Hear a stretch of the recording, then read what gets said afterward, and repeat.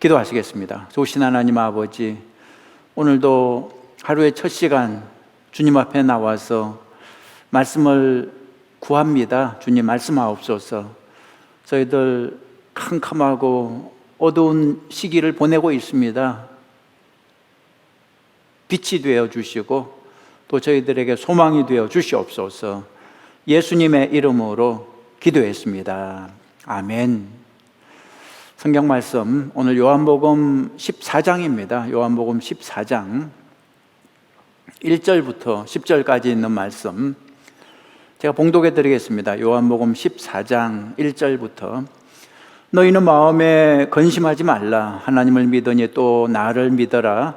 내 아버지 집에 거할 곳이 많도다. 그렇지 않으면 너희에게 일렀으리라. 내가 너희를 위하여 거처를 예비하러 가노니 가서 너희를 위하여 거처를 예비하면 내가 다시 와서 너희를 내게로 영접하여 나 있는 곳에 너희도 있게 하리라. 내가 어디로 가는지 그 길을 너희가 아느니라. 도마가 이르되 주여 주께서 어디로 가시는지 우리가 알지 못하거늘 그 길을 어찌 알겠사옵나이까. 예수께서 이르시되 내가 곧 길이요 진리요 생명이니 나로 말미암지 않고는 아버지께로 올 자가 없느니라. 너희가 나를 알았더라면 내 아버지도 알았으리로다. 이제부터는 너희가 그를 알았고 또 보았느니라.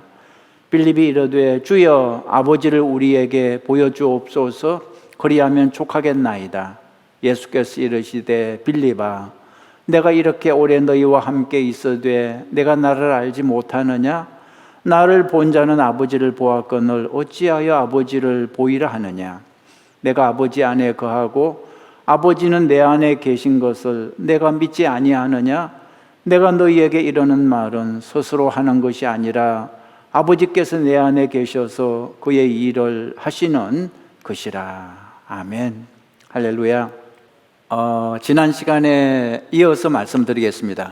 지난 시간에 말씀드린 것은 근심을 거부하라 했습니다. 근심은 마귀가 주는 것이라 그랬습니다. 근심은 영적인 병입니다. 이 병을 치료하기 위해 하나님이 주신 처방은 첫째가 믿음이라 그랬습니다. 믿음이 있는 곳에 근심은 떠나갑니다. 두 번째로 예수님의 처방전이 있습니다. 그것은 소망입니다. 천국 소망을 품으라. 이것이 예수님이 주시는 두 번째 처방전입니다. 오늘 성경 2절 한번 보시겠습니까? 2절 보시면 내 아버지 집에 거할 곳이 많도다. 3절 가서 너희를 위하여 거처를 예비하면 나 있는 곳에 너희도 있게 하리라 그랬습니다. 예수님은 우리를 위해 살 집을 준비해 놓겠다 그랬습니다. 그런 다음에 우리를 데리러 오실 것이라고 말씀하셨습니다. 이것이 바로 소망입니다. 소망이 있는 사람은 오늘 좀 힘들어도 참고 견딜 수 있는 거죠. 소망이 있는 사람은 오늘의 어려움을 이길 수 있습니다. 한국과 달리 미국에서는 아이들을 학교에 데려다 주고 또 데려와야 할 때가 많이 있지 않습니까? 그런데 가끔은 부모에게 무슨 일이 있어서 제 시간에 아이를 픽업 못할 때가 있습니다. 아무 연락 없이 부모가 안 가면 애들은 울고불고 야단이 나죠. 그래서 부모들은 제 시간에 못 갈 때 학교 선생님에게 꼭 연락을 하죠. 오늘 좀 늦을 것 같아요. 제가 몇 시까지는 갈 수 있으니까 우리 아이에게 그렇게 좀 전해주세요. 그러면 선생님이 그렇게 말해주죠. 엄마가 몇 시까지 오신대. 놀면서 기다려. 그러면 아이가 놀면서 기다리죠. 다른 아이들이 다 집에 가고 혼자 남아도 아이는 걱정하지 않습니다. 날이 좀 어두워져도 걱정하지 않습니다. 왜냐하면 엄마가 곧 올 것을 믿기 때문입니다. 이것이 바로 소망이죠. 소망이 있는 사람은 오늘의 어려움을 이겨낼 수 있습니다. 1910년부터 1940년대까지 조선 땅은 위기였습니다. 그때 일본이 조선을 점령해서 식민 지배를 했죠. 조선 사람들은 앞날이 캄캄했습니다. 그 당시 하나님을 믿는 사람들은 특별히 요한계시록에서 소망을 얻었습니다. 예수님이 곧 오신다는 소망이었습니다. 그래서 그 당시 교회마다 요한계시록 강해가 큰 인기였습니다. 길선주 목사님은 요한계시록을 10,000번이나 읽었다 그랬습니다. 길 목사님이 부흥 집회를 하면 사람들이 인산인해를 이루어 일주일 동안 자리를 뜨지 않고 말씀을 배웠습니다. 우리 믿음의 선조들이 그때 고백했던 것은 주여 속히 오시옵소서, 다시 오실 주님께 소망을 두고 그 당시 식민지 현실의 어려움을 이겨냈습니다. 여러분 잊지 마십시오. 우리 예수님이 곧 다시 오실 것입니다. 우리가 영원히 살 집을 예비해 놓고 우리를 데리러 오실 것입니다. 근심에 대한 예수님의 두 가지 처방전 여러분 잊지 마십시오. 첫 번째가 믿음이라 그랬죠. 두 번째가 소망이라 그랬습니다. 믿음의 처방전은 예수님을 하나님으로 믿는 것입니다. 소망의 처방전은 장차 오실 예수님에 대한 소망을 가지는 것입니다. 이 두 가지 처방전, 믿음과 소망의 처방전이 있을 때 오늘의 어려움을 넉넉하게 이겨낼 수 있는 것입니다. 자, 내가 만난 하나님 또 한번 찾아보죠. 아까 첫 번째는 근심하지 말라 이렇게 말씀하시는 하나님을 만났고요. 자, 두 번째 하나님은 길이요 진리요 생명이신 예수님을 만날 수 있습니다. 6절 보시겠습니까? 6절 예수께서 이르시되 내가 곧 길이요 진리요 생명이니 나로 말미암지 않고는 아버지께로 올 자가 없느니라 이렇게 말씀하셨습니다. 예수님이 어떤 분이라고요? 길이요 진리요 생명이라 그랬습니다. 자, 예수님이 누구냐 하는 것은 오랫동안 사람들이 질문했던 것입니다. 2000년 전부터 사람들은 예수가 누구냐고 물었죠. 2000년 전부터 여러 가지 해석이 있었습니다. 어떤 사람은 예수님을 가리켜 엘리야가 다시 온 것이라고 말하는 사람도 있었고, 어떤 사람은 세례 요한이 다시 살아났다고 하는 사람도 있었고, 혹은 예언자 중에 한 사람이라고 하는 사람도 있었죠. 그런데 2000년 후 지금은 어떻습니까? 예수님을 가리켜 세상 사람들은 지금 위대한 성인 중에 하나라고 말을 하고 있죠. 그렇지만 가장 중요한 것은, 가장 정확한 것은 예수님 스스로 자신을 누구라고 밝혔느냐 이거죠. 예수님은 오늘 성경에서 자신을 이렇게 밝힙니다. 나는 길이요 진리요 생명이니 그랬습니다.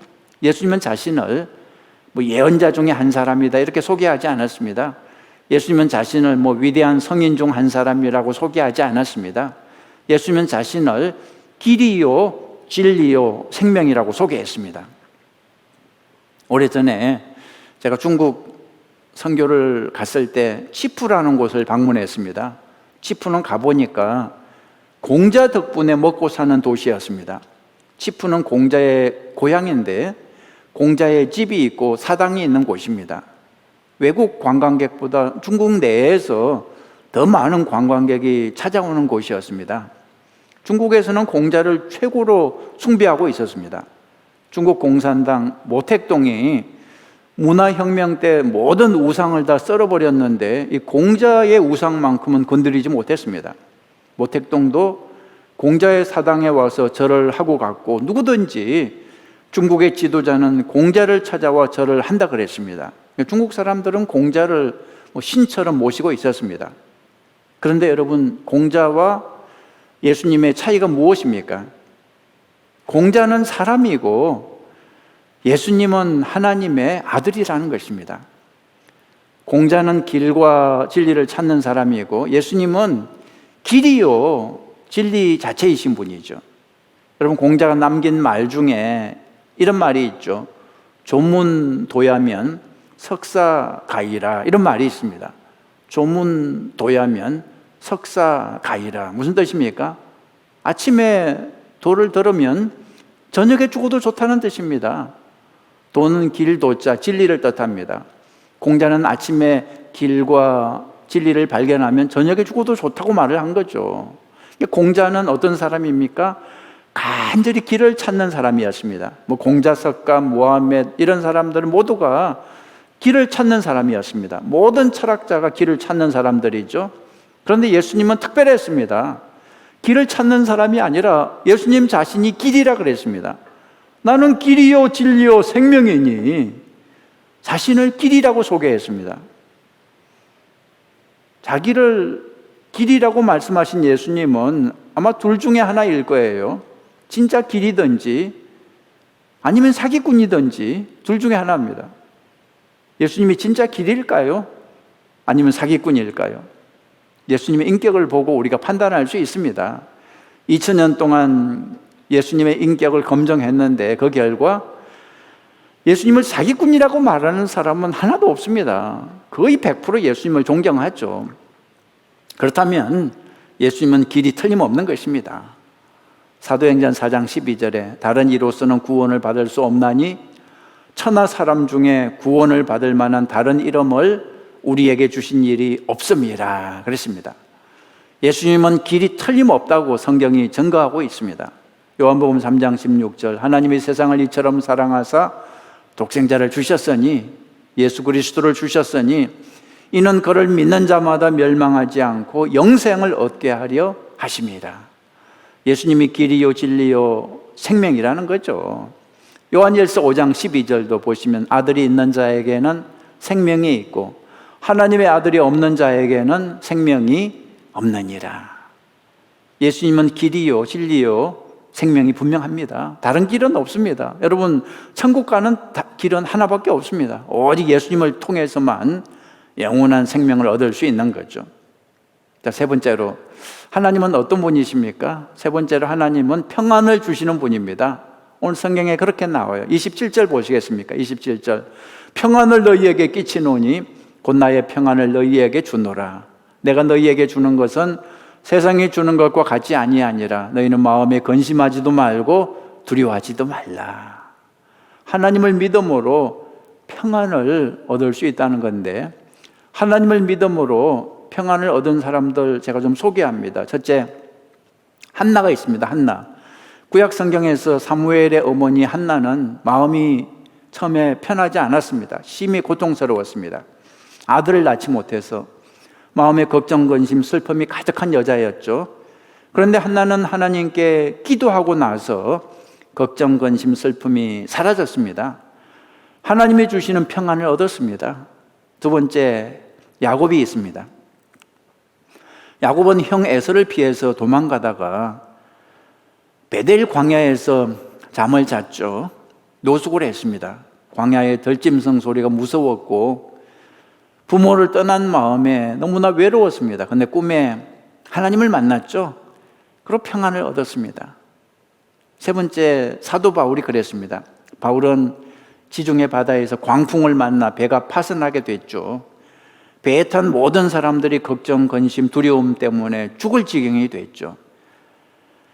근데 바울은 기도하다가 하나님의 응답을 받았습니다. 마음의 평안을 얻었습니다. 바울은 다른 사람들에게도 자기가 받은 평안을 나누어 주었습니다. 그 다음에 스데반 집사 생각나시죠? 복음을 전하다가 돌에 맞아 피를 흘리고 죽었죠. 근데 돌에 맞아 죽으면서도 평안했던 사람은 바로 스데반이었습니다.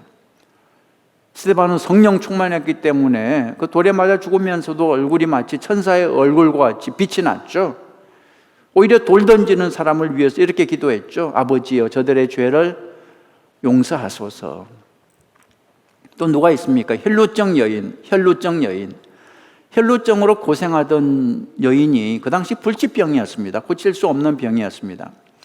두려운 마음으로 예수님의 옷자락을 만졌을 때 병이 나았죠. 예수님이 그 여인에게 뭐라고 말씀하셨습니까? 딸아, 내 믿음이 너를 구원하였으니 평안히 가라, 이렇게 말씀하셨습니다. 예수님을 만나니까 평안이 생겼어요. 마지막으로 제자들도 그렇습니다. 부활하신 예수님이 제자들에게 하신 말씀이 무엇입니까? 너희에게 평강이 있을지어다. 예수님은 제자들을 파송하시면서 너희가 어느 집에 들어가든지 그 집에 평안을 빌라 그랬습니다. 여러분 잊지 마십시오. 우리 하나님은 평안을 주시는 분이십니다. 27절 다시 한번 보시죠. 평안을 너희에게 끼치노니 주노니 곧 나의 평안을 너희에게 주노라. 내가 너희에게 주는 것은 세상이 주는 것과 같이 아니하니라. 너희는 마음에 근심하지도 말고 두려워하지도 말라 그랬습니다. 예수님이 주시는 이 평안은 어떤 환경에서도 하나님이 주시는 평안입니다. 어떤 환경에서도 담대할 수 있고 걱정, 근심, 두려움을 다 이길 수 있는 그런 평안이죠. 여러분 많이 힘들고 어렵지만 예수님이 주시는 이 평안을 꼭 받는 여러분 되시기를 간절히 바랍니다. 우리가 항상 경험하는 거지만 기도하기 전에는 걱정, 근심, 두려움이 있습니다. 특히 요즘 이 코로나 사태로 마음이 얼마나 여러분 힘드십니까? 근데 기도하고 일어서면 달라집니다. 하나님이 주시는 평안이 있습니다. 환경하고 상관없는, 세상이 알 수 없는 평안을 주시죠. 여러분 오늘 이 아침에 무거운 짐을 예수님께 다 내려놓고 맡기는 여러분 되시기 바랍니다. 그래서 예수님이 주시는 평안이 여러분 마음에 가득하기를 축복합니다. 자, 내가 만난 나를 한번 찾아보죠. 오늘 성경을 읽으면서 나의 모습을 한번 찾아보죠. 저는 본래 기질이 근심이 많았습니다. 어릴 때부터 근심이 많은 성격이었습니다. 성장 과정에서 부모님이 사업에 실패하는 것을 여러 번 봐서 그런지 어릴 때부터 근심하는 습관이 저한테 생겼습니다. 앞날에 대한 근심이 항상 있었습니다. 그래서 친구들이 평소에 저를 보고 너 무슨 걱정이 있니? 이렇게 묻더라고요. 걱정, 근심이 많으니까 자연히 마음이 불안하고 얼굴이 어둡고 마음이 평안이 없었습니다. 그런데 저에게 믿음이 생기면서 근심이 사라졌습니다. 근심이 사라지니까 마음에 평안이 생겼습니다. 여러분 잊지 마십시오. 근심의 반대말은 무엇입니까? 믿음입니다.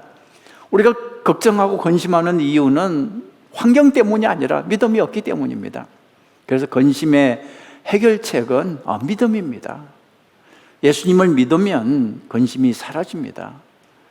믿음과 근심은 반비례합니다. 믿음이 있는 곳에 근심은 사라지고 믿음이 없는 곳에 근심이 찾아오는 거죠. 여러분 근심이 생길 때 깨달아야 됩니다. 내 믿음이 약해졌구나. 믿음을 키워야 근심을 물리칠 수 있습니다. 이 코로나 사태로 많이 힘들고 어려울 때 그렇다고 해서 우리가 꼭 근심해야 될 이유는 없습니다. 믿음이 약해지니까 자꾸 근심이 생기는 거죠. 믿음을 키워서 근심을 물리치는 여러분 되시기를 간절히 바랍니다. 저는 찬송가 365장이 참 좋습니다. 여러분 가사를 한번 보시면 마음속에 근심이 있는 사람, 어떻게 하라 그랬습니까? 마음속에 근심이 있는 사람 주 예수 앞에 다 아뢰어라 그랬습니다. 슬픈 마음 있을 때라도 주 예수께 아뢰라 그랬습니다. 2절 눈물 나며 깊은 한숨 쉴 때, 요즘이 그런 세상이죠. 주 예수 앞에 다 아뢰어라. 엄밀한 죄 내게 있더라도 주 예수께 아뢰라. 3절 괴로움과 두려움이 있을 때 주 예수 앞에 다 아뢰어라.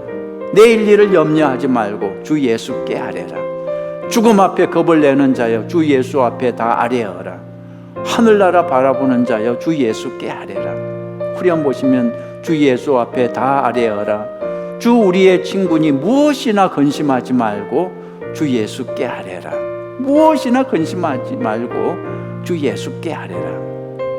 우리 이 찬송을 한번 같이 부르고 통성으로 기도했으면 좋겠습니다. 찬송 같이 부르시겠습니다.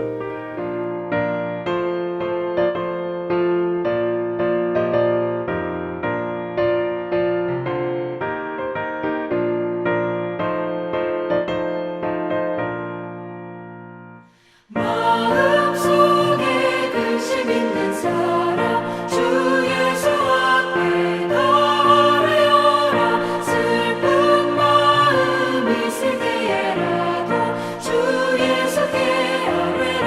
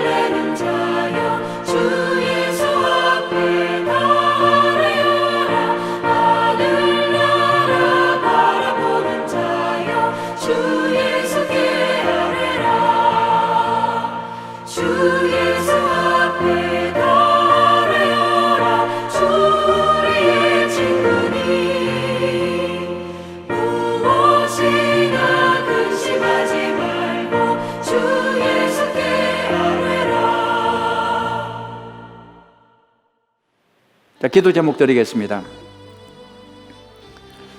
첫째, 주님의 평안을 구하십시오. 주님의 평안을 구하십시오. 길이요 진리요 생명이신 주님, 저희들에게 하늘의 평안을 허락하옵소서. 지금이야말로 평안이 필요한 때입니다. 환경이 문제가 아닙니다. 코로나 바이러스가 문제가 아닙니다. 우리에게 믿음이 약하기 때문에, 부족하기 때문에 자꾸 걱정하고 근심하고 두려워하는 거죠. 여러분, 믿음을 구하십시오. 평안을 구하십시오.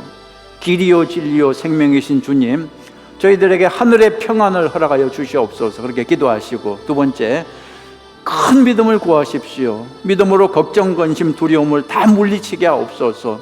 주님, 저희들에게 큰 믿음을 주시옵소서.